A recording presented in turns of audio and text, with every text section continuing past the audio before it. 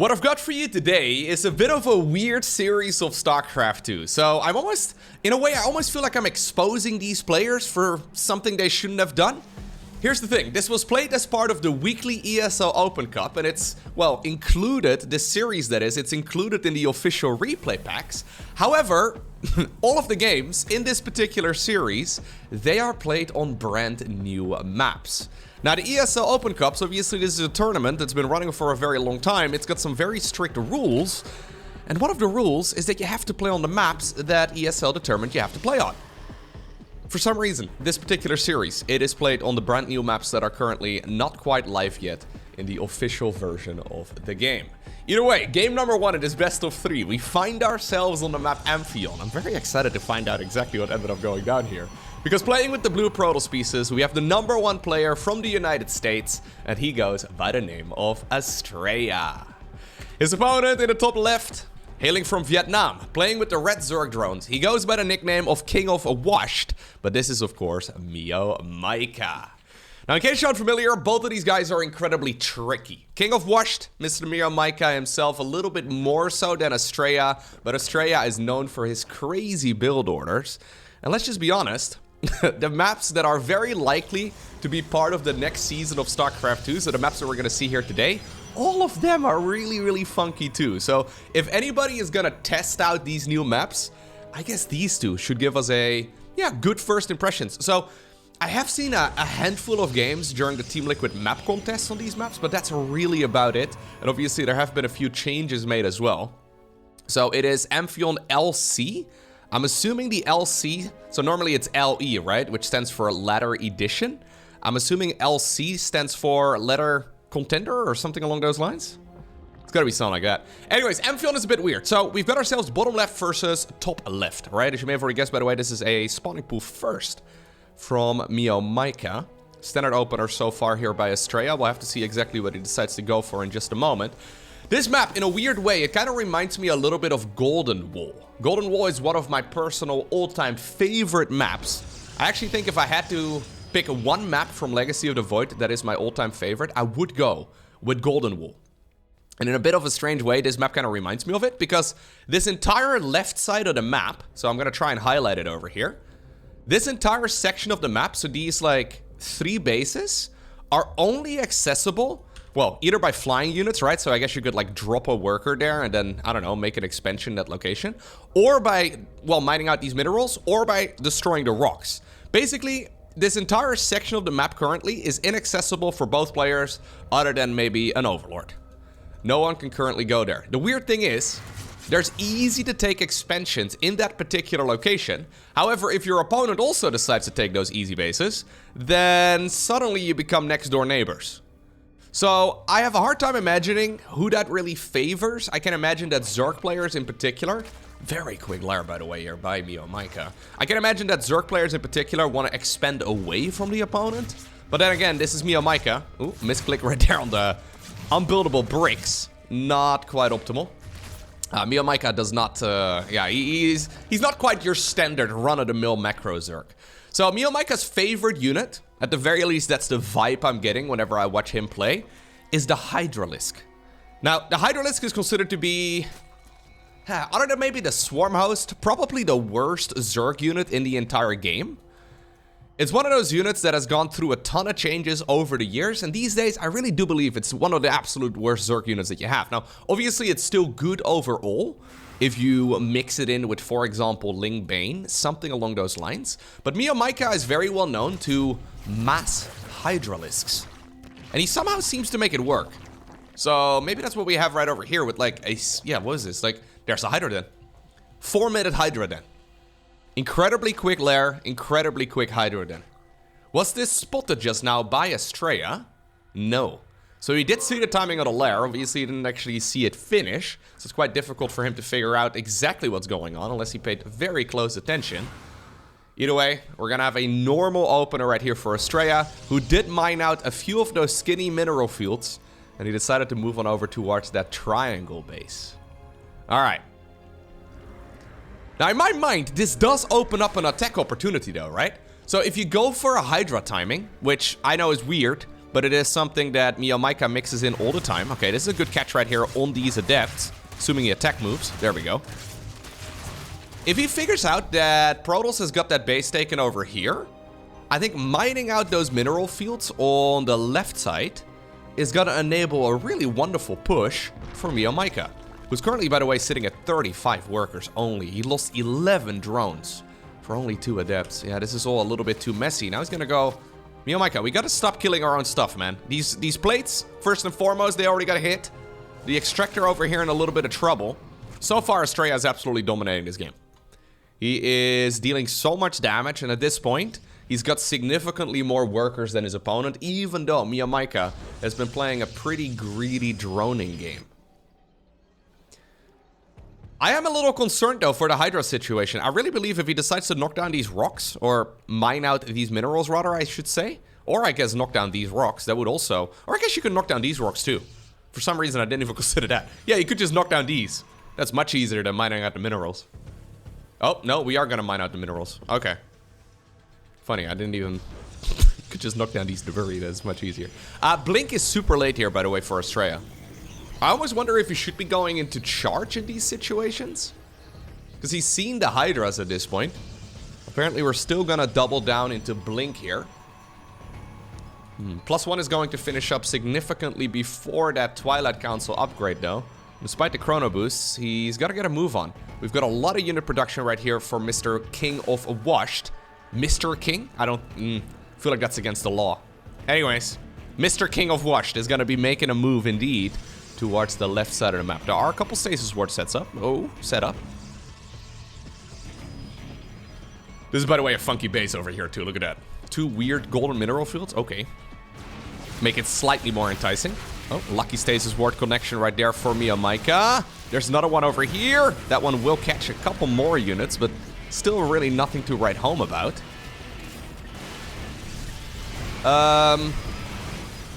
Yeah, and even though they are considered to be one of the worst units in the game, they still have a moment where suddenly they appear and they deal an awful lot of damage.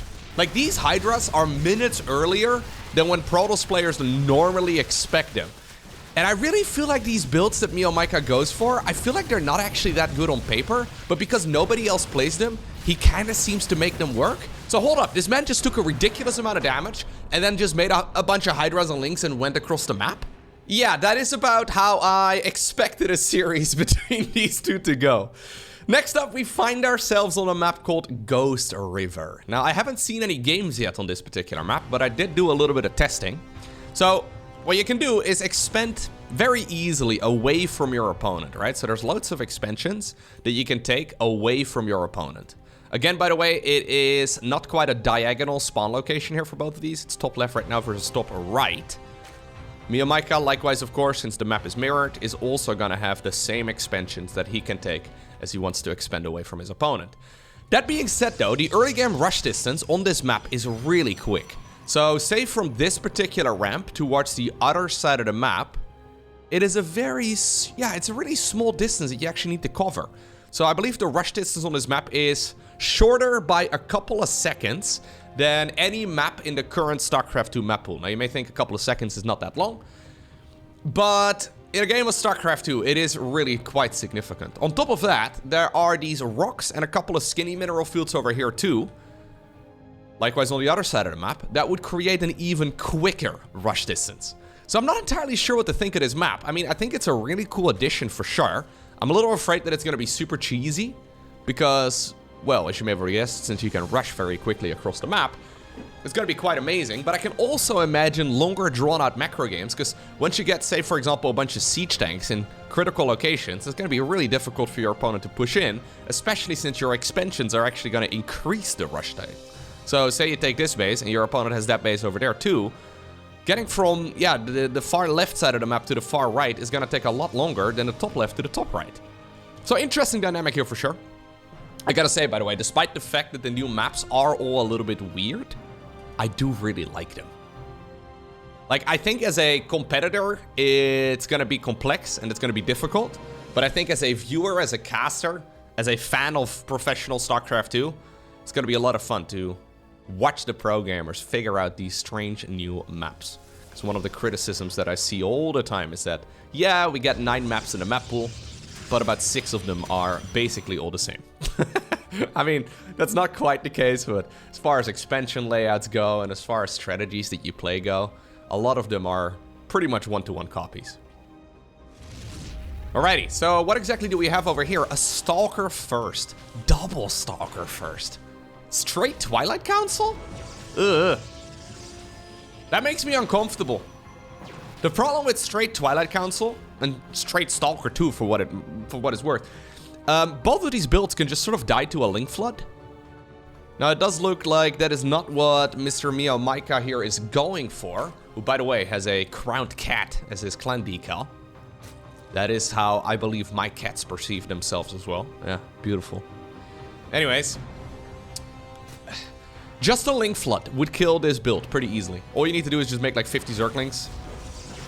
Just keep running them across the map, and there's really not a whole lot that our, well, Protoss player can do about it. I think MeomaikA just scouted it, by the way. Yeah, he just saw that this was a straight Twilight Council opener. He decides to throw up a Roach Warren immediately. So this is Blink right away too. As far as the options go right now for Astrea, it can be anything from Dark Templar all the way up to Blink. I feel like Blink is one of the worst choices, but maybe I'm mistaken. I think Glaive the Depths, for example, could catch your opponent off guard. I think Dark Templar could be really strong. Is MeomaikA actually just saving up money right now? Yeah, he is.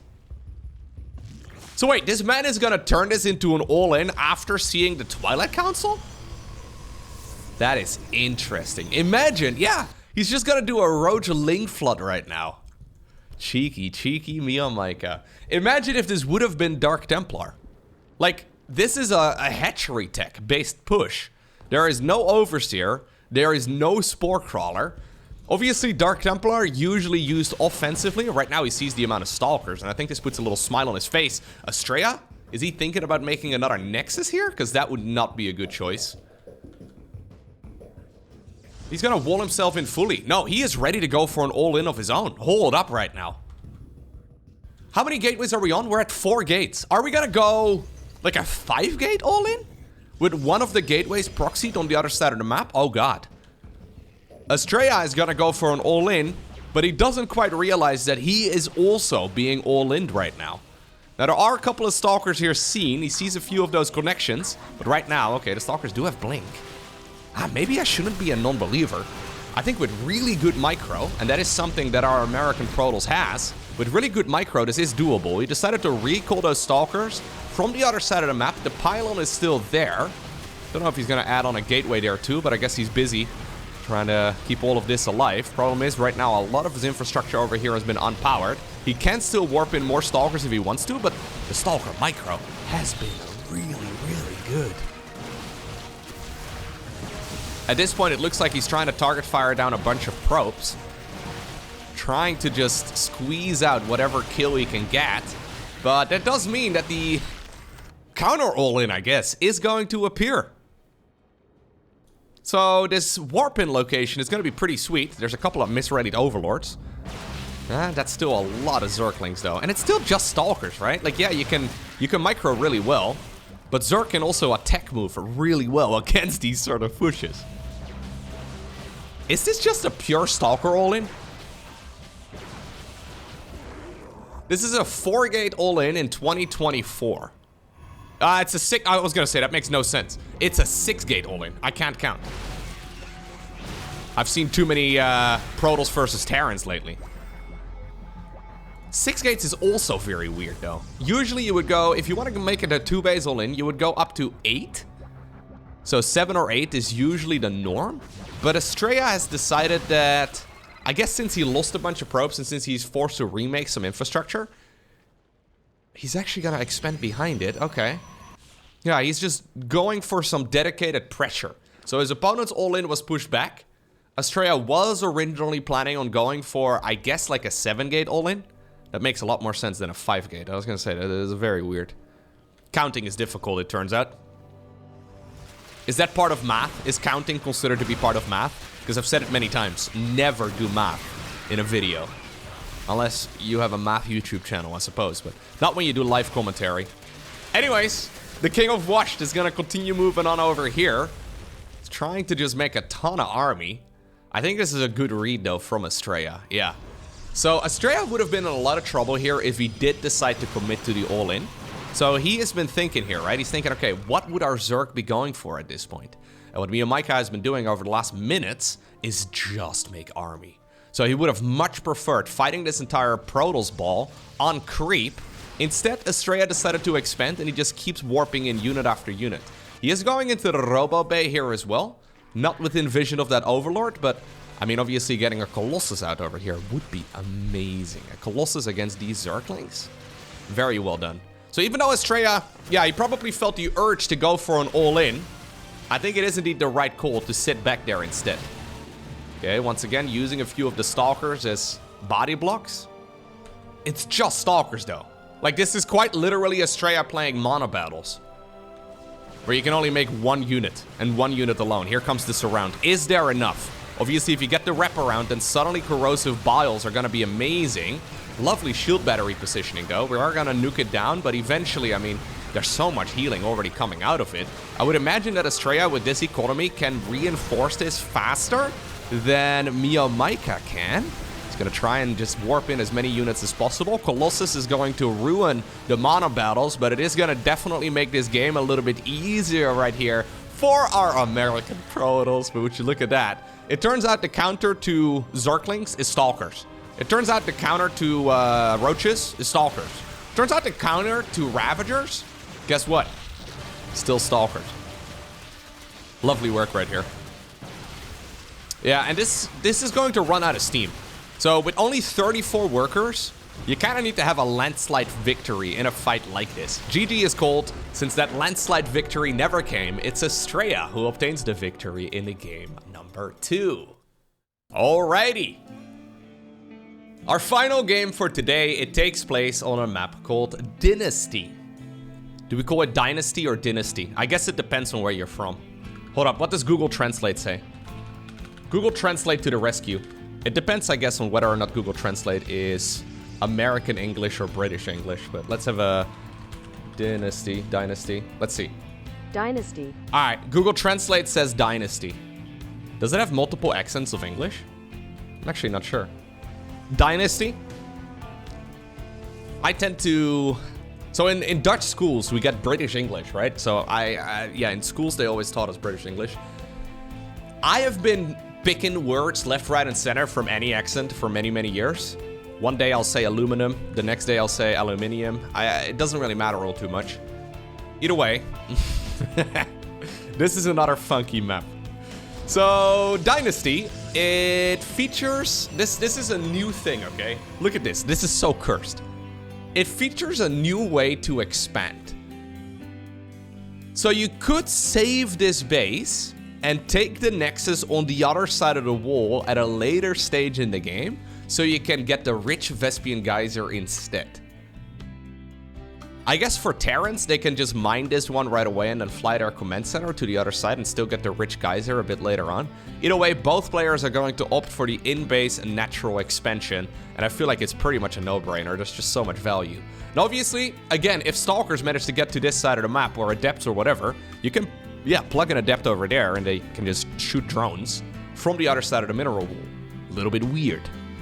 Alternatively, like I said, you can expand like this, right? So say you take this as your first expo, second expo, yeah, and then your third expo, so your fourth base with the rich Geyser and then also the golden minerals. It's all a little bit funky. It's all a little bit weird. You know what? I'm here for it. I'm actually very interested in hearing your thoughts on these 3 maps so far. I will obviously keep a close eye out on every single replay pack that is going to be released over the, well, foreseeable future. And I will try to upload all of the good series on the new maps. So if you are interested, do make sure you hit that subscribe button. But I'm interested in hearing your thoughts on these maps so far. Personally, I think these maps are cool. I know a lot of pro gamers are not going to like it as much, because it's weird and it's going to require strategic thinking, and a lot of Protoss players, Zerg players, Terran players, they don't necessarily love it. But I think as a viewer, it's going to be really nice. to have a little bit more variety, right? Because suddenly this is going to enable builds like this. Because we get those golden minerals, apparently we can do a double gate opener in this matchup. I can count up to 2, by the way. Yeah.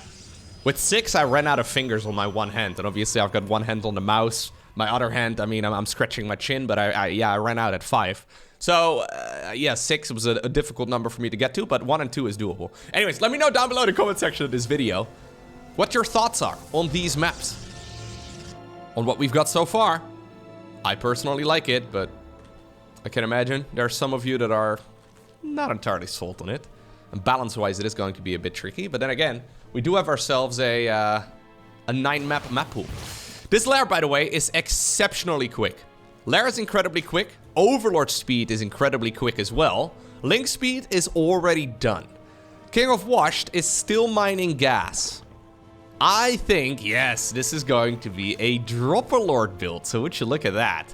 This golden base is immediately gonna get punished. Or at the very least, MeomaikA is gonna give it a try. At this point, an hallucinated Phoenix, a bit weird, normally not something we see. He's faking, though, his move out towards the right side of the map. Does this Dropper Lord get seen? I don't think it did, but honestly, at this point, what in the world are you gonna do about it in the first place? Even if you do know the Dropper Lord is coming, I mean, this has been double gateway, right? We're gonna add on a lot more gates. There's already more Protoss units out than you normally would have at this phase in the game. Zergling drop over at the gold base, fair enough. Shield battery here, not going to happen. Third base already denied, but this is off of just 26 drones.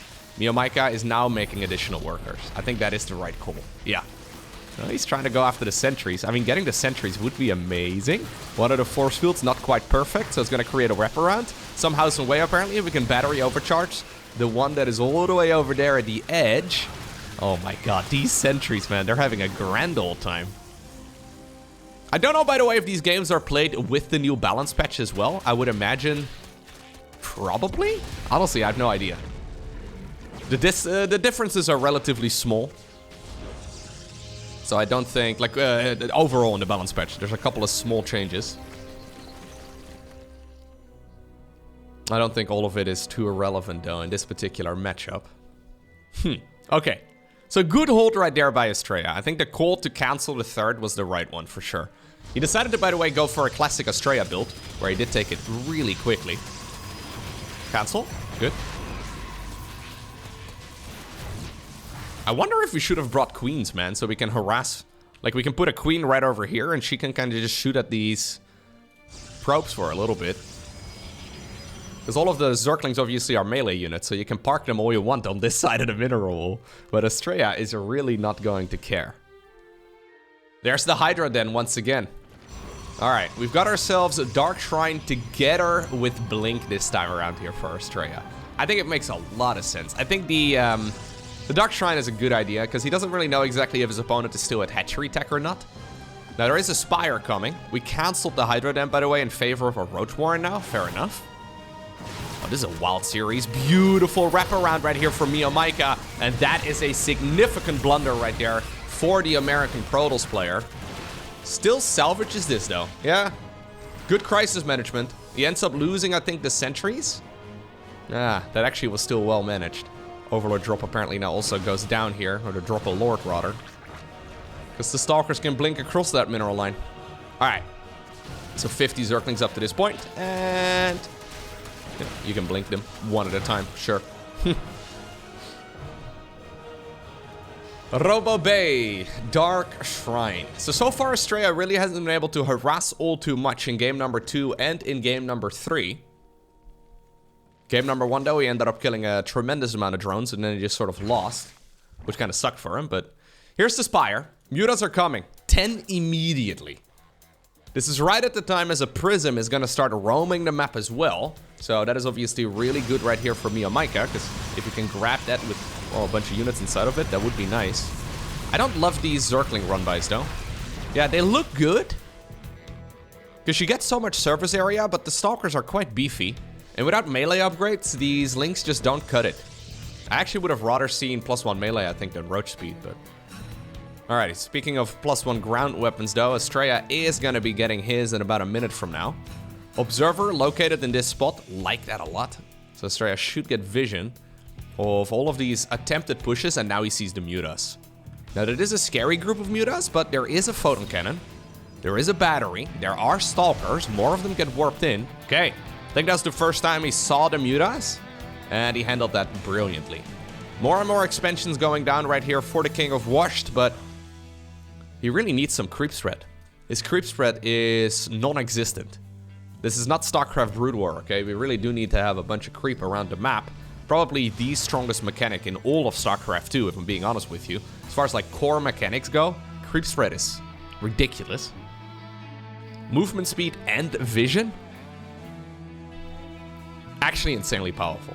Those are the two things actually that I think overall by newer RTS players, as we do have a couple Dark Templars showing up. If you're like used to playing only RPGs, for example, and you're new to RTS, I think movement speed and... Ooh, good body block right there by Brenda. Movement speed and vision are difficult to quantify, but incredibly powerful. Loads of damage being done here actually by Astrea. This was never supposed to happen. When mutas are out and you have a large army, you should never be taking that much damage from a bunch of DTs. In the meantime, Astrea decides to take his center base. He's now 50-ish supply behind. 1-1 upgrades are coming up though here. Oh, love that. Great work. So now that the mineral wall is mined out, all army hotkeying everything back. This is starting to look like my ladder games right now, Mr. MeomaikA. Come on, man. We can't all army hotkey mutas like that. Alright, anyways. Now this base may very well go up.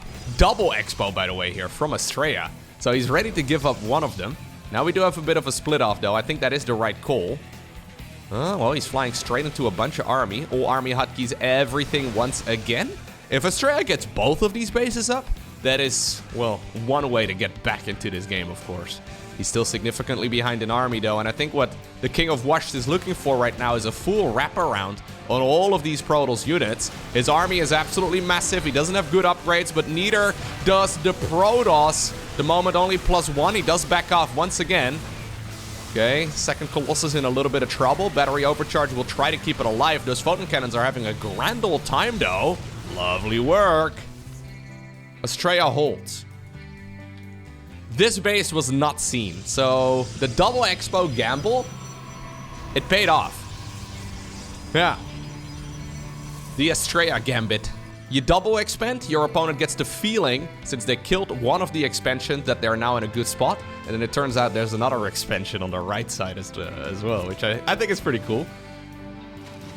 That Dark Templar just barely within vision range right there of that one Spore Crawler.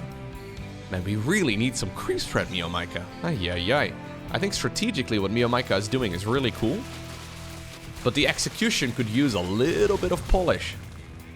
Either that or maybe I've just watched too many, you know, Dark, Solar, Serral, Raynor type of games lately. Where you kind of get used to a certain standard. Which is kind of funny because, you know, the top of the line players are really good at the game. Who would have guessed? I know. +3, +2 coming up right here for Astrea. And those upgrades are going to be pretty sweet. He's forced to play pretty defensive so far. Does he have enough for this army as well, though? Colossus in a world of trouble. Do we have a battery overcharge? Not enough energy on this Nexus until right now. There we go. I mean, we did use the energy from another Nexus instead. Reinforcing Protoss units do come wandering from the natural expansion. Good control right here once again on those Stalkers, though. Couple Dark Templar mixed in as well. A Zealot pretending to be... 2 Zealots even. Pretending to be Dark Templar 2. And I think that Astrea cleans it up once more. And suddenly, what was previously roughly a 60 supply lead for the Zerg has now dwindled all the way down to just about 20. Is this a full wall? Yeah. I feel like you have to be careful though, because one of the downsides is at this point that Zergling run-bys can just run straight into the main base. Right? Like you've created a vulnerability in your own positioning, but maybe you can put a pylon over here and then 2 additional gates or something like that to wall this in, to seal the deal.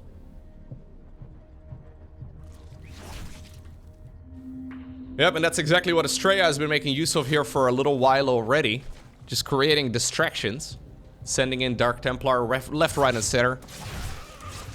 Using that opening of the golden minerals to his advantage. Still, though, so much movement on the minimap. Yeah, there's a lot of Zerg still running across the map. Well managed so far by Astrea, though. Yeah. This is a defensive Astrea opener, which is funny because it's definitely an Astrea build. The build is very funky. But he's doing a great job now playing it defensively. Usually his funky build orders always seem to lead to timing attacks. But not this one. Colossus in a little bit of trouble. Rinse and repeat, getting a little bit of deja vu from the previous 3 fights in this same location. Dark Templar is now going to go after a newly spotted hatchery. Madman already has 7 confirmed kills. Stalkers here still being microed. Colossus is going to get downed, yeah. Another Colossus does pop up. +3 ground weapons is going to finish up momentarily. The King of Washed once again with a massive supply lead. But it's all very low tier units. And it looks like he's going to be backing off and maybe regroup once more.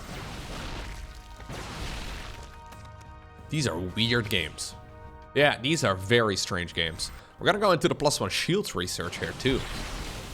So at this point though, this is a properly upgraded Protoss army. We should really be getting charged at this point in the game too. Considering how much it costs, it's a bit of a no-brainer here for Astrea, but then again, the man is under a lot of pressure. He's not really planning on warping in a lot of zealots, I don't think. Decides to spend some of his gas on, well, both Disruptors as well as High Templar. So we're going to be going into the Psionic Storm research. New expansion coming up at the bottom of the map.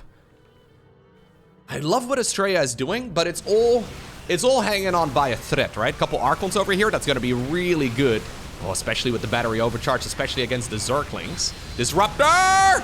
Coming in from the natural, massive hit. Lots of damage being done, plus a lot of wandering around, right? With those Zerg units too, and when they're walking, they're obviously not firing. Good control right there by the American player. My god, is he actually doing this hold again?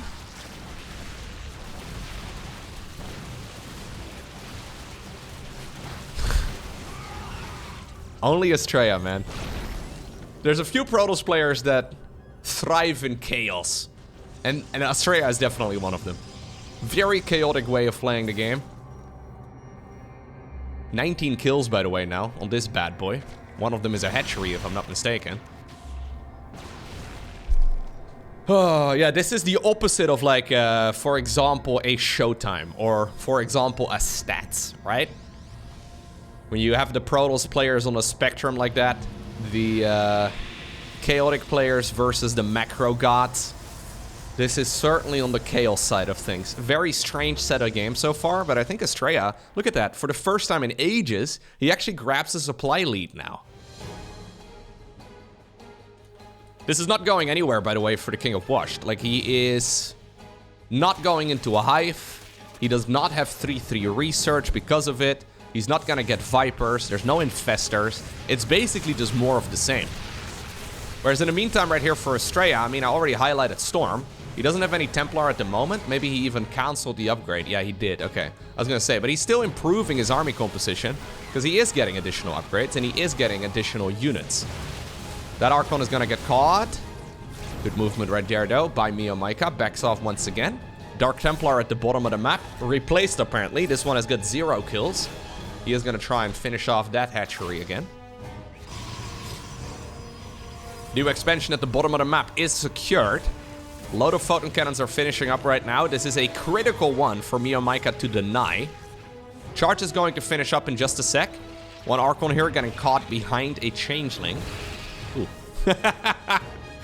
Sorry, what? I gotta see that again. That is not something we've seen a whole lot.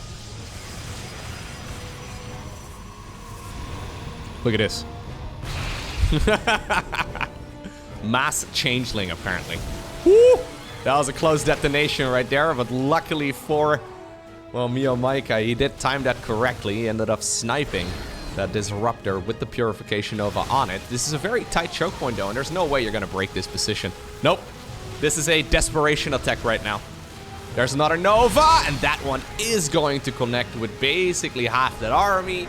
GG is cold. And ultimately, despite being so far behind in this particular match, it's Astrea who obtains the victory.